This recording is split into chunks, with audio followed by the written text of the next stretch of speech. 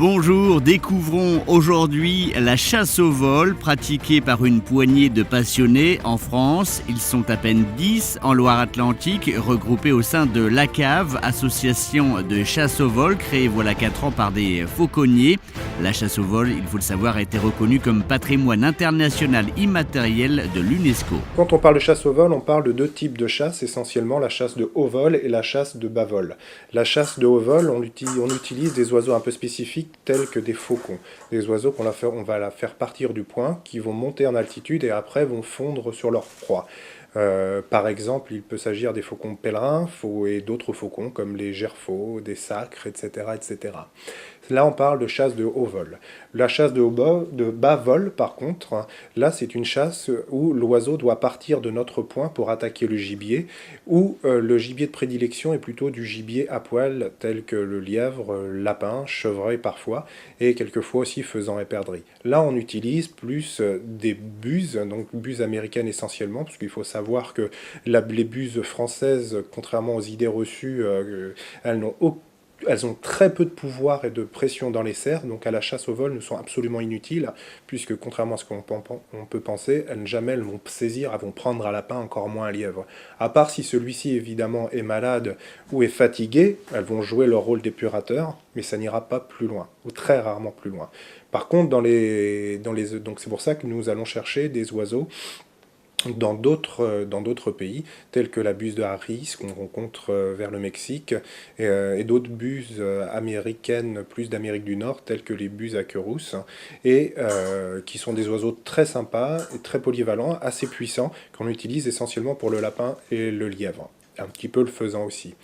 Après, on utilise un oiseau qui est très très performant, qui s'appelle l'autour des palombes. Là, un jeune est ici au bloc, qui est un oiseau européen que l'on trouve dans nos contrées assez régulièrement. C'est un oiseau qui est très très très très discret, donc on s'imagine qu'il n'y en a pas, mais il y en a un petit peu.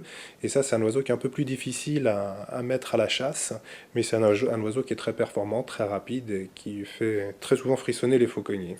Beaucoup rêvent d'en avoir un.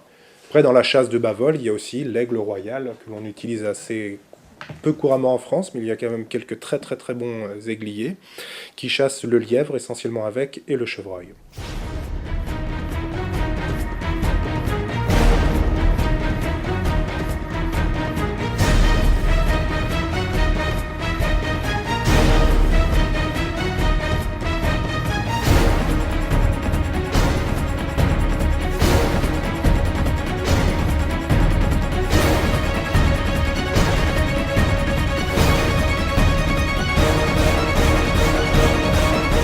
Alors cet autour, c'est un petit mâle qui est très sympa, qui est encore en apprentissage.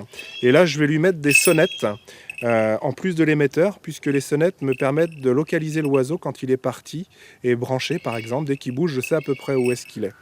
Donc je lui mets 2 sonnettes parce que aujourd'hui, nous avons un temps avec un plafond assez bas, un peu de brume, et bizarrement, les sons ne se répercutent pas bien. Donc dans le doute, je préfère en mettre 2 pour bien l'entendre.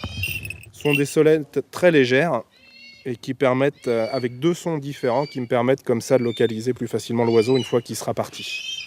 Donc on utilise ce que l'on appelle un leurre, donc une pièce en cuir là qu'un ami m'a fabriqué, sur lequel on charrie, on met de la viande, de l'alimentation. Donc là il s'agit d'une petite aile de pigeon, viande très appétante que les rapaces aiment beaucoup et assez énergétique. Et je l'appelle avec ça, et l'oiseau sait qu'en venant ici, il va pouvoir se rassasier, se nourrir. Donc l'idée, c'est de lui donner à manger suffisamment pour repartir à la chasse, mais pas trop non plus, de manière à ce qu'il ait quand même un petit peu faim pour prédater. Donc là aussi, un partenaire très important pour la chasse au vol, le furet, donc des furets que l'on a tous, généralement fauconniers, qui sont apprivoisés. Donc avec lequel on passe aussi pas mal de temps, parce qu'un furet, si on veut qu'il ne soit pas mordeur et sympa et chassant, il faut le manipuler, il faut le faire chasser, il faut l'utiliser. Donc là, voici une petite femelle qui est bien, parce qu'elle n'est pas très grosse, donc elle a tendance à ne pas prendre les lapins, mais assez performante à la chasse. Et aujourd'hui, nous allons, du moins cette matinée, chasser essentiellement en furetant. Donc L'idée de fureté consiste à mettre des furets dans des trous de lapins et ceux-là, chassant les lapins naturellement, vont les faire sortir. Les jeunes oiseaux, les oiseaux qui n'ont pas l'habitude de chasser avec des furets, peuvent avoir tendance à attaquer les furets, les tuer même parfois. Et ceci dit, vous allez voir que normalement nos oiseaux ne le font pas, ils ont l'habitude des furets, ils savent très bien distinguer un furet d'un lapin, d'un partenaire, d'une victime potentielle. Donc nos oiseaux, ça, je ne dis pas qu'il n'y a pas d'accident, mais c'est rarissime avec les oiseaux que nous avons.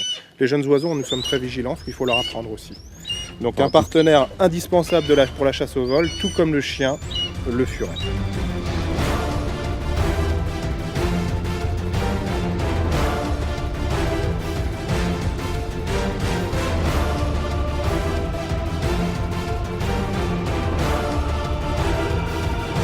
Sachez que pour détenir et transporter un oiseau de chasse au vol, il faut obtenir un agrément auprès de la préfecture.